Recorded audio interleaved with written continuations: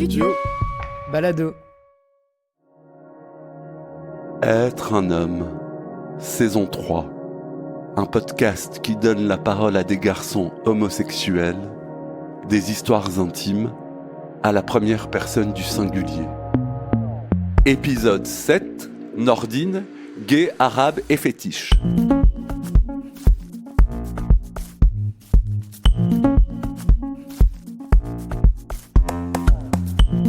Nordine a découvert qu'il était fétiche avant même de savoir qu'il était gay. Sa sexualité a débuté quand il avait 16 ans, quand il s'est acheté son premier pantalon en cuir. Un parrain fétiche l'a pris sous son aile et lui a donné les codes et les attitudes. Alors, peut-on encore transmettre à l'intérieur de la communauté ? Nordine a 41 ans et il se définit comme gay fétiche. Il est de petite taille, 1m65, les yeux qui tombent un peu, les cheveux très noirs, des petites oreilles. Il porte une barbe depuis peu, alors qu'il a longtemps eu une petite moustache. Il est habillé en pantalon de cuir anti-pluie et d'une chemise à carreaux. Petite veste en cuir, bracelet en cuir également, qu'il porte assez souvent plus pour le côté rock. Être un homme, Michel-Ange Vinti. Je viens d'une famille donc algérienne, arrivée après la guerre d'Algérie en Belgique. Mon père était déjà en Belgique dans les années 50, où il a travaillé dans les mines, comme beaucoup de personnes. Alors, immigrés ou expats, c'est selon.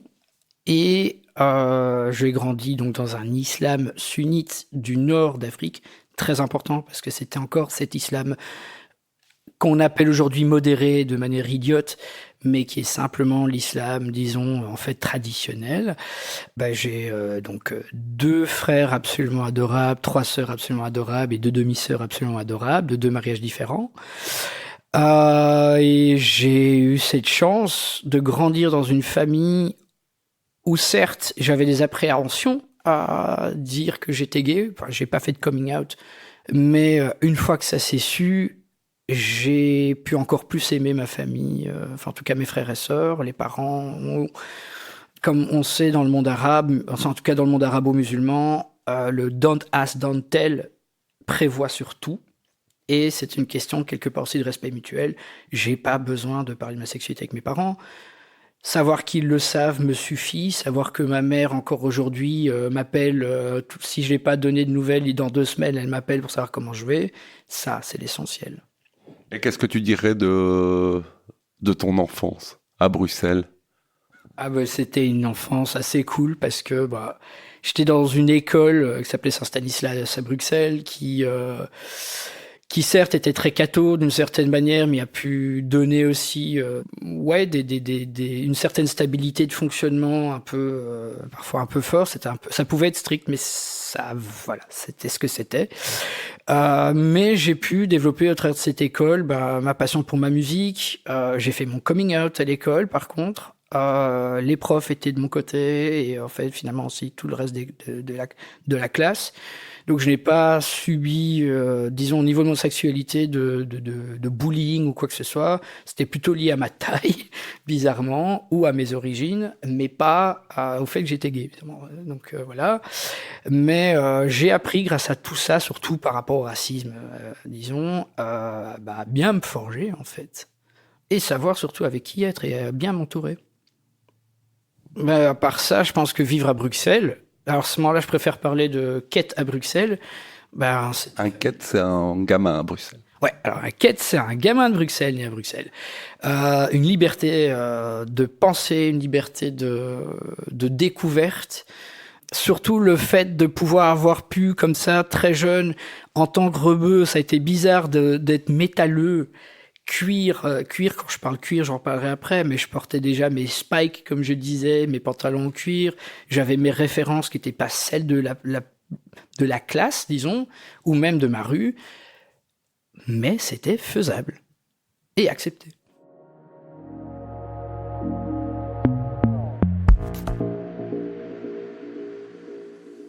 J'ai découvert, en fait, très jeune, Alors c'est très marrant. J'étais fétiche avant même de savoir que j'étais gay. Alors ça c'est assez bizarre, mais c'est comme ça. Je me suis découvert à aimer la matière portée sur des personnes et avoir réalisé que mon regard très jeune se portait sur les hommes. Et comment ? Alors, via tellement de choses. D'abord, j'avais un voisin, si je peux permettre d'un petit truc tout con, j'avais un voisin qui était motard, beau comme un dieu, musclé, comme tu peux imaginer dans les années 80, avec cette espèce de moustache, un peu pornstache, tu sais. Et à chaque fois qu'il me voyait, il venait me chercher, il me mettait sur sa moto. Moi, je faisais comme si je roulais sur la moto, mais je faisais une fixation sur son pantalon en cuir. Il portait souvent, voire tout le temps, un pantalon en cuir. Et mes doigts de gamin s'amusaient à caresser d'un doigt ce cuir et voir la brillance et la musculature, j'imagine aussi, au travers de ce gars qui en soi, oui, c'était un grand adulte, que je voyais un peu comme un Papa Noël, qui me donnait parfois un bonbon et qui, avec sa femme, ils allaient avoir un enfant et je crois qu'au travers de moi, ils voyaient de la joie, quoi. Mais cette image est restée une espèce d'image d'icône. Ça a été peut-être ma première icône, maintenant que j'y pense. Mais c'est fou, en fait, on parle tout le temps de Tom of Finland. J'avais un Tom of Finland avant Tom of Finland. Maintenant, c'est con comme quoi il faut une interview parfois pour se réaliser des choses comme ça. Et ça a grandi. Ça a grandi via aussi les références, alors pas pop pour le coup, mais toutes les stars rock des années 80 qui portaient des pantalons serrants à outrance en cuir, des clous, alors la moto, la testostérone, enfin un peu tout ça. Faut savoir que quand j'étais vraiment en âge d'adolescence, on est déjà dans les années 90, et cette partie-là commence à ne plus être, à être un peu has-been, et on va vers le grunge, on va vers justement Nirvana et tout, et au travers de toute cette mouvance qui était rock, mais un petit peu queer. Il faut savoir que Nirvana se cachait pas de reconnaître RuPaul à l'époque et tout ça. Il y a même des photos de RuPaul avec Nirvana. Et à l'école, on parlait déjà de, t'as vu RuPaul, justement RuPaul qui était avec Nirvana, ou David Bowie qui fait une chanson avec Nine Inch Nails et Marilyn Manson qui ont fait des clips fétiche très sexuel, donnait pour moi déjà de bonnes indicatives. Puis à un moment, les 16 ans arrivent, on sait déjà qu'on est gay à ce moment-là. Hein, donc entre-temps, c'est bon, j'avais fait déjà vers 13-14 ans, je commence que là, à ce moment-là, c'est assez clair pour moi que je suis gay. J'ai fait comme beaucoup de gens, j'ai découpé dans les catalogues Redoute la partie où on voyait des mecs qui portaient des pantalons en cuir. Oui, je l'ai fait, je l'assume. Et je gardais ça dans un petit bouquin. Mais donc c'est comme ça. Donc quelque part c'est pour ça que c'est très lié, le fétichisme et mon homosexualité, c'est que l'un a en fait été le démarrage, en tout cas au niveau de l'esthétisme. Il y a eu un esthétisme de base qui m'a amené à savoir très jeune aussi ce que je voulais. Vous écoutez Être un homme, Studio Balado.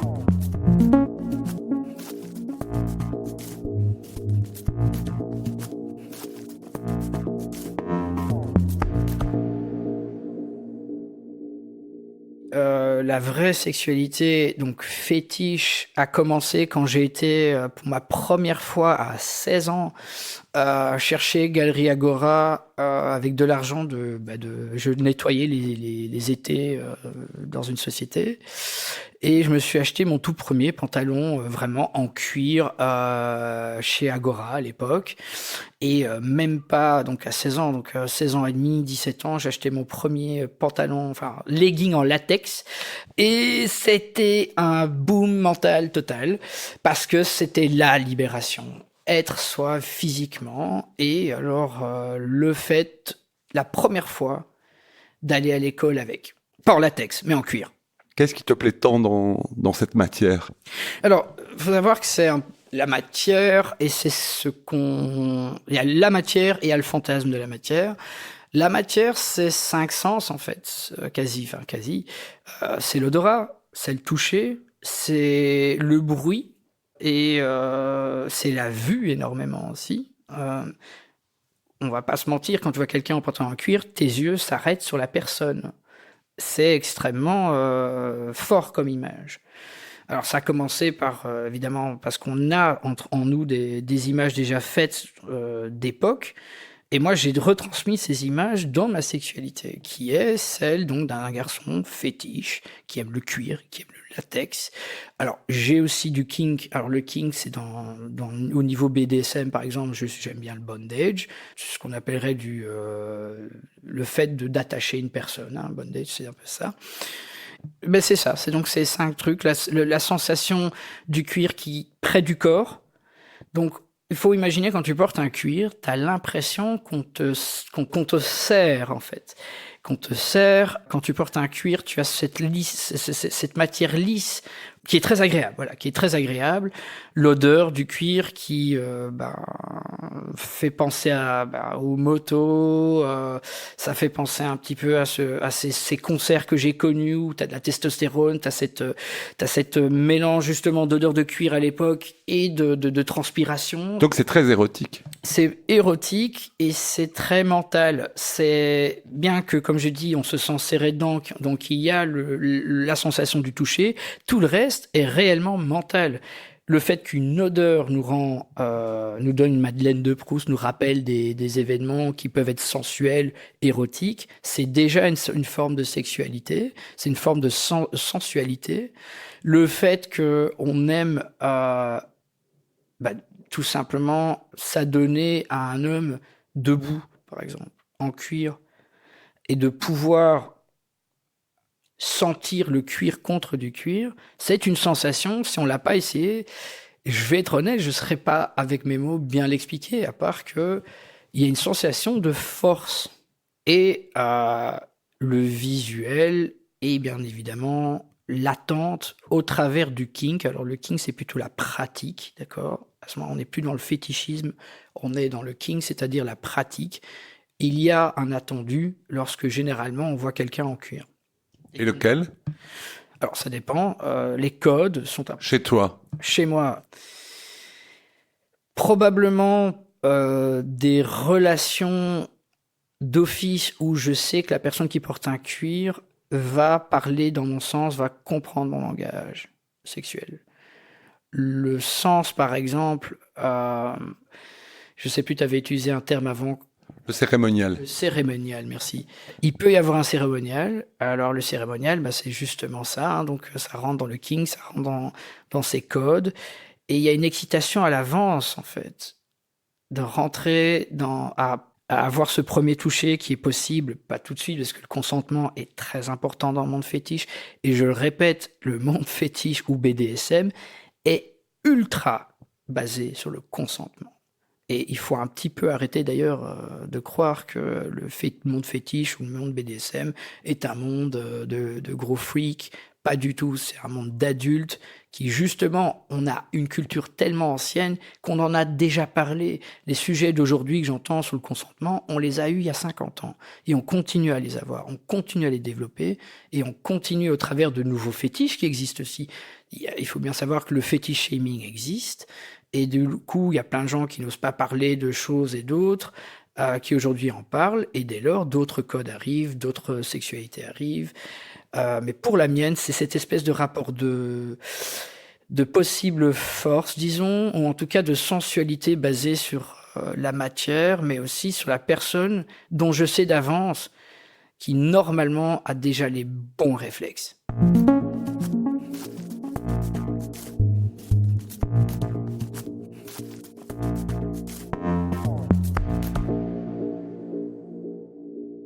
En préparant l'entretien, ensemble, juste un peu avant, tu me disais que tu as quand même reçu une transmission plus qu'une éducation par des parrains. Est-ce que tu veux bien parler de ces parrains et de la manière dont ils t'ont accompagné dans la découverte de ta sexualité gay fétiche ?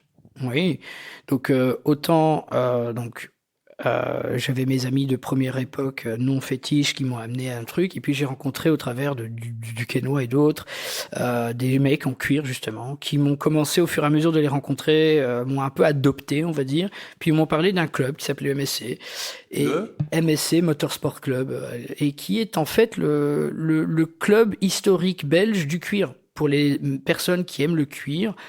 C'est gay. Oui. Et justement, c'est important. Pourquoi ? Parce que le nom Motorsport Club n'est pas, en fait, oui, il y avait des motards, mais ce n'est pas le but du club. Il faut savoir que dans les années 70, la police rentrait encore dans des clubs gays.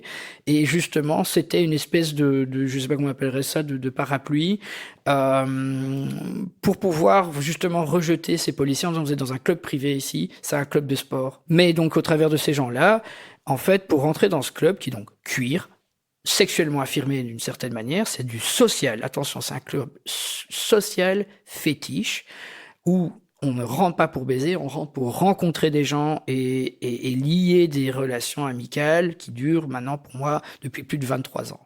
Mes parrains sont des gens qui sont là pour transmettre, mais aussi pour faire attention. Alors ça dépend d'un parrain à l'autre évidemment.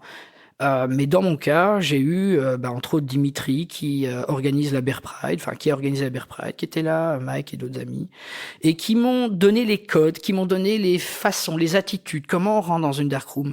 Et c'est essentiellement et très important le non, savoir dire non et savoir se rester debout pour soi-même. C'est une époque où, quand j'ai connu, il y avait encore évidemment l'obligation de porter le préservatif. La PrEP n'existait pas. Il faut aussi savoir d'ailleurs qu'il y avait encore beaucoup de shame, de honte au travers des personnes qui pouvaient être HIV positives et le MSC m'a inculqué justement au travers de personnes que j'ai rencontrées qui étaient HIV positives et au travers du monde fétiche un sens vraiment profond du respect et justement voilà, donc au travers de ça, donc le consentement, mais aussi une folie sexuelle absolument incroyable.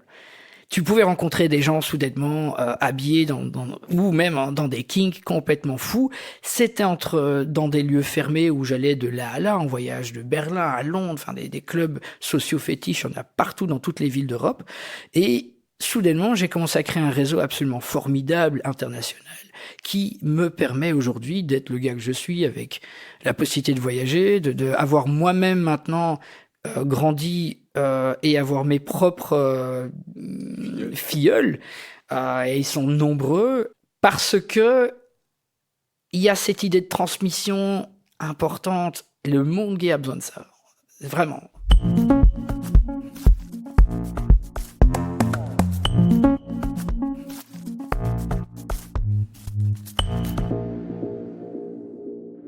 Au niveau intime, c'est quoi au niveau affectif, amoureux, c'est quoi ta vie ? Alors, ouais, là pour l'instant, il se passe pas grand-chose dans ma vie d'un point de vue affectif. Après, je dirais que donc du fait de mes amitiés, de toute façon, je mélange mes mondes, qu'ils soient fétiches et non fétiches. Que ce soit hétéro ou gay, d'accord. On rencontre des gens, on est censé rencontrer des gens partout, mais j'ai l'impression, et c'est peut-être moi, qu'à Bruxelles c'est un petit peu plus compliqué. Et dès lors, j'ai un peu de mal à rencontrer du monde pour l'amour. Pour l'amour. Par contre, d'un point de vue sexuel, du fait que j'ai une porte d'entrée quelque part, mes relations, disons, sexuelles ou amis avec bénéfice, comme on dit, c'est-à-dire Friends with benefits. C'est assez, par contre, c'est beaucoup. Ça, pour ça, je suis assez épanoui, dans le sens où sexuellement, c'est génial, parce que ce soit en Belgique, mais surtout à l'international, on se connaît tous. Et oui, mais tu réponds pas à ma question. Niveau amoureuse, il n'y a rien. Alors bizarrement, ouais. ça peut être bizarre parce que si on entend l'image du fétichisme, de ce côté un petit peu tout le temps over-sexuel, on se dit Nordine, il a pas de problème à être en polygamie ou être en relation ouverte et tout ça, que le chemsex c'est quelque chose qui doit être présent. Et en fait rien de tout ça. Dans un sens où mon idéal c'est d'être avec un homme et personne d'autre, je veux personne d'autre qu'une personne avec qui je vais construire. Mais mon idéal est probablement plus romantique qu'on ne croit, en fait, dans le sens où je dis toujours que si j'étais quelqu'un, il aura tout. Et je donnerais tout, parce que je suis toujours à me donner à 100% dans les relations. Et ça a été un peu souvent mon problème, en fait. J'ai eu des relations, souvent, en fait, à l'étranger. Au final, j'ai eu que 2 relations longues, en Belgique. Et tout le reste, c'était des relations à distance qui ont duré, ceci dit. Et puis après, des amourettes de 6 mois, 1 an, des choses comme ça. Mais à chaque fois, j'avais cette idée que ça allait aller un peu plus loin. Et puis, ça ne se fait pas. Voilà. Alors j'espère peut-être rencontrer quelqu'un à Bruxelles. La question c'est, suis-je encore capable d'être en relation avec quelqu'un qui ne soit pas fétiche, par exemple? Et donc la réponse, je pense, ça va être non, dans un sens où la part sexuelle est très importante dans un couple, il faut pas se mentir, même si donc je dis bien que oui, je veux être dans une relation de construction et tout ça, mais je veux aussi une relation sexuellement épanouie, où je peux vraiment ne pas avoir un seul ressentiment, ou en tout cas, je ne regarderai personne d'autre. Ça, c'est très important pour moi, de me dire, je vais être avec quelqu'un avec qui je n'aurai jamais à regarder d'autres personnes, si ce n'est parce que, oui, ok, une fois ou deux, mais que je reviendrai au lit avec la personne que j'aime, tu vois ce que je veux dire ? Voilà, après les couples ouverts, ça arrive à un moment avec le temps, hein, faut pas non plus se fermer à tout ça, ça c'est chacun ses trucs, mais l'idée d'avoir quelqu'un avec moi, avec qui je peux développer mes fétiches, mes fantaisies, et me dire qu'il est suffisant en fait, que cette personne-là sera suffisante, parce qu'on s'amusera, alors de toutes les manières possibles, et ça c'est l'idéal que je me vois à mon âge, sachant que je me suis tellement suffisamment amusé quelque part.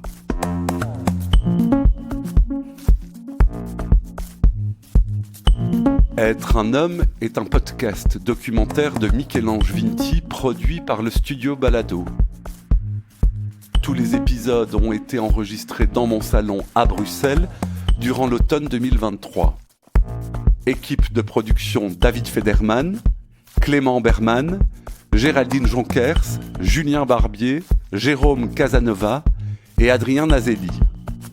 Être un homme est un podcast indépendant et gratuit.